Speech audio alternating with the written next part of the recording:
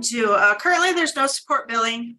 The child receives Medicaid and food assistance with mom. The calculation, the recommendation was for Brianna to pay $430 child support, $16 ordinary medical, for a total of $446. She did contact me and tell me she had a different job earning less money. I asked her to provide me with documentation showing from her employer what she was earning, but I didn't receive it. So I went ahead and set it for the objection hearing. All right, and Ms. Evan, how'd the matter come to your attention? This was a statutory review. All right, and ma'am, you objected to the recommended amount?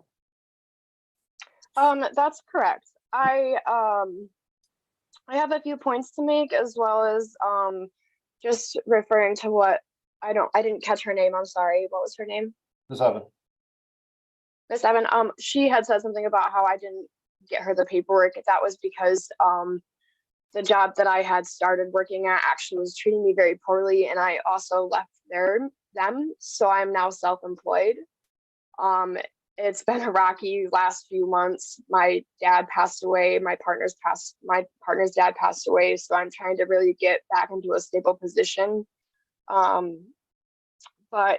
a lot of the reason why I'm objecting this is because I guess I have been offering Laramie to help pay for things that Olivia needs. For example, her eye drops he mentioned last month. I offered to help pay for them. He said they were over $100, and he said he didn't want my help. Every time she comes to me wearing clothes that he brings her in, I take them back to him. He asked for them back. I say it's no problem. I take them back clean most of the time, unless I don't have time to wash them over the weekend. I schedule all of her doctor's appointments. Like she had mentioned, I have Medicaid for her. The only reason I haven't been able to go to her doctor's appointments is because I work during the week and I don't have the custody during the week with her.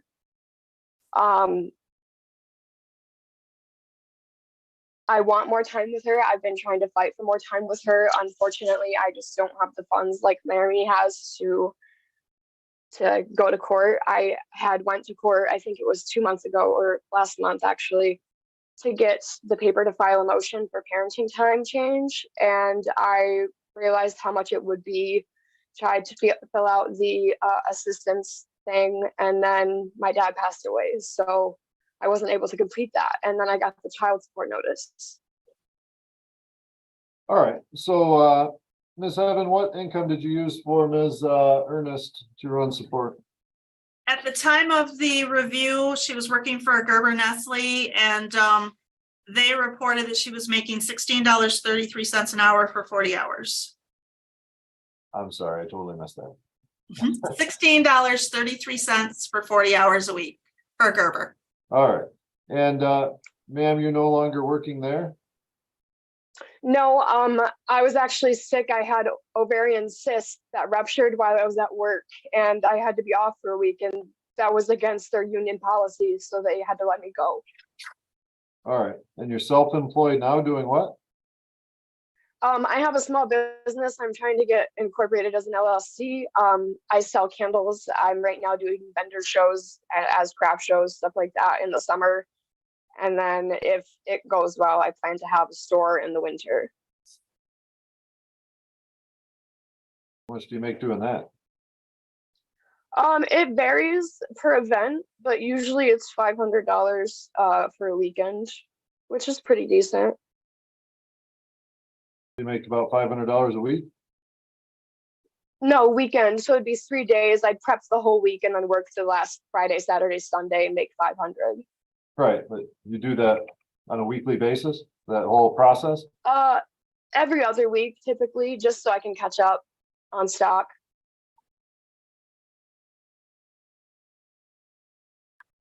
So you make about $1,000 a month? Yeah, I'd say so.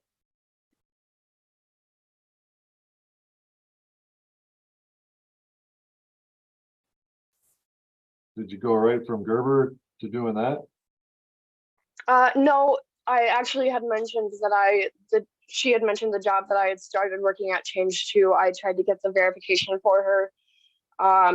It was a toxic environment, and unfortunately, I wasn't able to maintain a position there for my own well-being. So I decided that I would venture off into my small business and make it a bigger impact than it has been. I've been running my small business for over 8 years, so it's just now getting to the point where I can expand it. All right, but at Gerber, you were making like $2,600 a month, $2,700 a month, and now you're telling me you're making. Right, and that was a About really good $1,000 opportunity a month. for me. Now you're making about $1,000 a month. That's less than half. I also DoorDash on the side. I don't really know. I don't count that as consistent money because I can only do it when scheduling is available. I would say I make like $100 a week doing DoorDash. If you're only working weekends doing the candles, can't you do DoorDash every other day? Oh no, I DoorDash during like the mornings, like from 5 a.m. to like 7 a.m. is when it's busiest. And it just varies on how much I'll make per order. What do you do the rest of the week? Make candles and stock for the event shows. Just doesn't pay that much, I guess. How do you make ends meet if you're making half of what you, or a third of what you were making at Gerber? Trust me, it's really hard right now. I'm struggling. Why don't you just go out and find like another job? I have a lead on a thrift store, a consignment shop. Actually, I just got a message from the lady 2 days ago. Unfortunately, it's busy season for her. It's Blessing of the Bikes this weekend, and she coincides with Blessing of the Bikes, so she's not able to text me back right away. I was hoping to see if she would respond by Monday. If not, I would stop at her store on Tuesday. Okay. And you haven't had a support order at all for all these years? No, we haven't thought it was necessary. We haven't really had any issues up until last couple of months.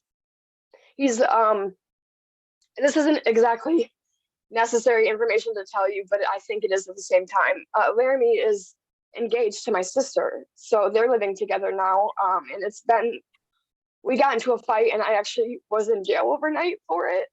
And then it got expunged. All right, but he's got custody, right? He has the majority of the overnights? He does, but I have been trying to fight for more until that instance. Okay. Sir, what are your thoughts? I just don't have the luck that he has. Yeah, okay. Sir, what are your thoughts on all this? The only reason that I'd want child support is because Liv's starting kindergarten in the fall, and she is growing like a weed. Like, she completely skipped 5T, and she's in 6 and 7 right now, and kids' clothes aren't that cheap, and school supplies, and if she wants to do sports or anything. May I add something to that? Sure. If he would communicate with me like I asked him to, I would know things that are going on in her life to know that she needs things. I have 6 and 7 clothes for over a year's supply in all different seasons that I could give him in storage right now. I just don't know what she needs, and he doesn't talk to me. And when I try, he gets aggressive, and if he doesn't get aggressive, I get aggressive. It's a toxic environment. Yeah, it sounds like it.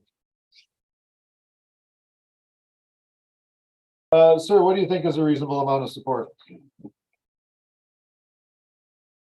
What was it supposed to be, like 440? That's based on her previous wage, but yeah, that's what the recommendation was coming in. I'll say $300. 300 a month. Ma'am, is that more palatable? 300 a month? I think I could do 250 max. Honestly, if he wants help, it would be cheaper to not go through the court because I have everything she needs already in my storage unit. Like, I'm trying to offer things that are better and beneficial for Olivia and not not to fight about it. I'm sorry I'm getting emotional. This is just very stressful.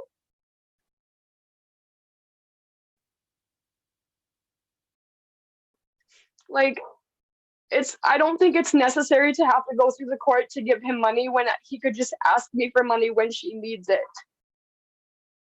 Yeah, well, either of you have the right to utilize the court services for that at any time. So at this point, Mr.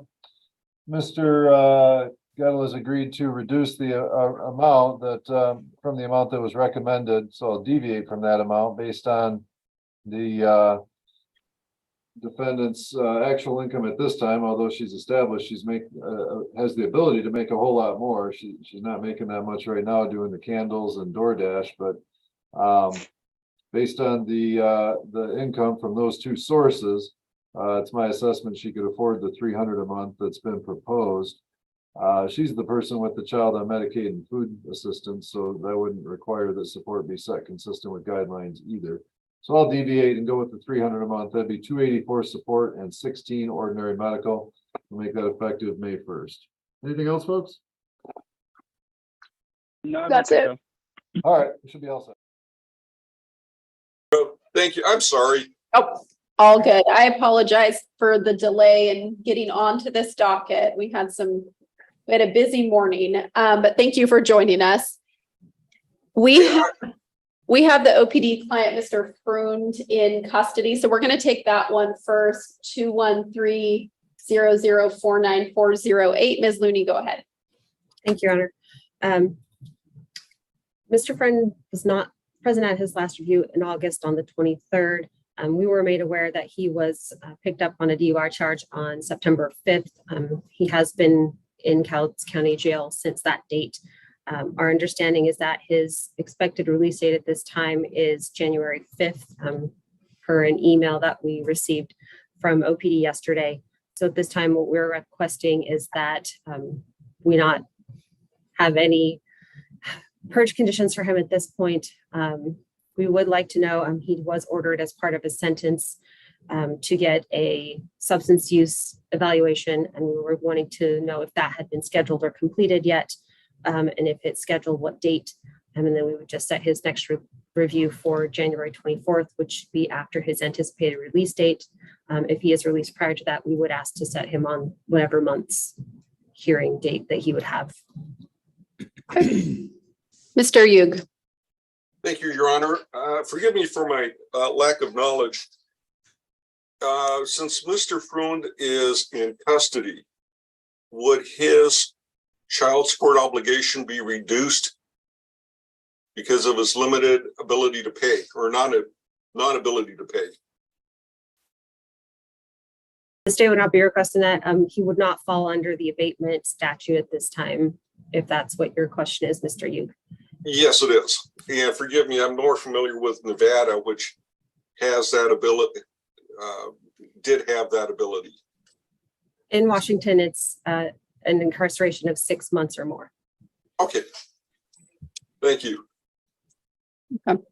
And so I think the questions from the state are a substance abuse evaluation date, if that's been scheduled, and then if we expect release before January of 2024. Otherwise, we'll set the next review out to that month.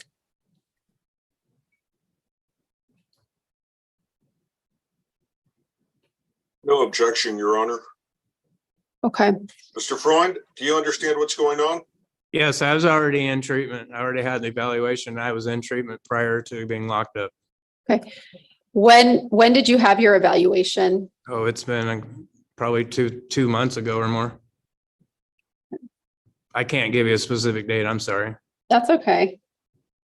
And where were you engaged in treatment? Safe haven. And we're working on, when I get out, putting me in a 90-day in-house treatment. If the court will allow me to, I don't know that yet. And do you have an expected release date right now?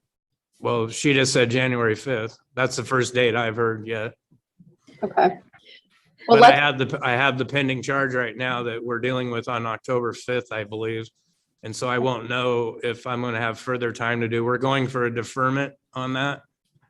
So And Ms. Looney, do you want to go ahead and set the January date for review, or do you want something sooner to keep track of this? I think my thought was if we do set the January date, my instructions also to Mr. Freund would be that if he does get released before then and does go inpatient, to certainly let his attorney know.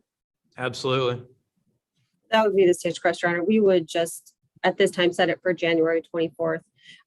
If he is released prior to that, we would just set him on for a review for that month. And we would ask that he contact Mr. Angelico so that we could have an update as to what his treatment situation would look like at that time. Okay, so we will go ahead and Mr. Freund, set your next review. So your next mandatory appearance for now in front of us to January 24, 2024. And then if you are released and please let your attorney know. And then if you're released and go inpatient, please let your attorney know, because that would explain any non-appearance at future review dates. Okay. Okay. All right. You are free to log off. Thank you to the jail for accommodating. Thank you. Number 2, State of Washington versus Corey Sutton, 22300118808. And we have moved Ms. Sutton to 90-day reviews due to her consistent payments. We do not have a payment posted to her account for September as of yet, but she is paid in full for July and August. I was informed by Ms. Dunnigan from OPD that she had checked in with Mr. Angelico and has made her payment. We just have not seen it in her account yet. So do you want the She has. do you want the Just one moment. confirmation number? She has been very consistent, Your Honor, and very honest with the court and with the state. So at this time, we are going to continue her on the 90-day reviews. If we do not see that payment post to her account, we will request to put her on for the next available docket to review what happened with that payment. But at this time, we're asking that her next review be set for December 27th. Okay. And Excuse Go me, if ahead. I may, Ms. Sutton, I believe, is indicating that she has a confirmation number for I do. September's payment. yeah, and that's okay. So ma'am, given your track record with payments, I'm going to take at face value your statement. I don't need a confirmation number. Okay. The states are also indicating that they believe the payment has been made. If something changes, we'll reach out to your attorney, but we're taking at face value that that is the case. You have a great payment history recently. So all we need to do is set your next review date 3 months out to December 27th, but just keep up the good work. Okay. Okay, and it will post today, it said on the Nope, computer. we believe you. Okay, Okay. super, thank you. Thank you. You're free to log out. All right. Washington versus Kayla McNeil. It's 22300119808. Ms. McNeil was present at her last review on August 23rd. She was at that time ordered to provide a job search and work log, a proof of a mental health evaluation or intake, or the date if she had not had that yet, proof of her compliance with her substance use disorder treatment, and to contact alternative solutions. We have not received the job search log, mental health information or SED compliance, or any information on alternative solutions. I did get an email yesterday from Ms. Dunnigan again, stating that Ms. McNeil is no longer living in Waukegan County, so is no longer involved in treatment there. So we are asking for an update regarding what treatment she is in now that she's back in Cowlitz County. And we would be asking for her order to be the job search work log again, any update about mental health treatment as that was previously ordered. Again, we would ask for a compliance notice from her current treatment provider. And if she's not connected with alternative solutions, that she does that. We are asking to set this case over 1 week to have compliance with those. Ms. McNeil has been ordered to do some very basic, simple things that we are asking for her to do to show that she's engaging in this process, and she's continuing to not do those. We have not received a job search log that has been monthly ordered since last September. So we're not seeing a lot of progress or forward movement. She's been engaged in treatment and discharged from treatment multiple times. So we need to see her making some effort here. She's not made any payments during this case except a single $1 payment. So we are looking at needing to see some compliance and some moving forward from her. Yeah. And Mr. Young, I'll turn it over to you for comment. I fully understand your pinch hitting today, so I don't expect a long narrative. I'll just say the court's perspective also having had Ms. McNeil in front of me numerous times, it does feel as if we're getting to the point where there's just a lot of kind of excuses for why we don't have answers. So I think a 1 week set over is appropriate, but I'll let you take it from here. Actually, Your Honor, I would agree with the 1 week set over, and I will ask Ms. McNeil to call the office to talk to me so that we can have a better handle on providing more appropriate information to the court next week. I think that I was just sense. diagnosed with strep throat. I'm sorry, Ms. McNeil, I did not understand what you said. I was just diagnosed with strep throat. I was in the hospital yesterday. Okay, So yeah, Ms. McNeil, I heard you say you have strep throat. Certainly wish you a speedy recovery on that. Please make sure you are reaching out to your attorney because we do need updates on your treatment, your mental health treatment, the work log, all the things we've been asking you for weeks and weeks and weeks, going on months now. So at some point we kind of exhaust all of the I like to say the tools in our toolbox when we go through these things. So please put your efforts as soon as you're able into reaching out to your attorney and going through where you're at on these things. Okay. I will, and I understand that. We're gonna see you next Wednesday, October 4th. Ms. Okay, McNeil, please call me this afternoon at 1. I will call you at 1. Thank you. Yep.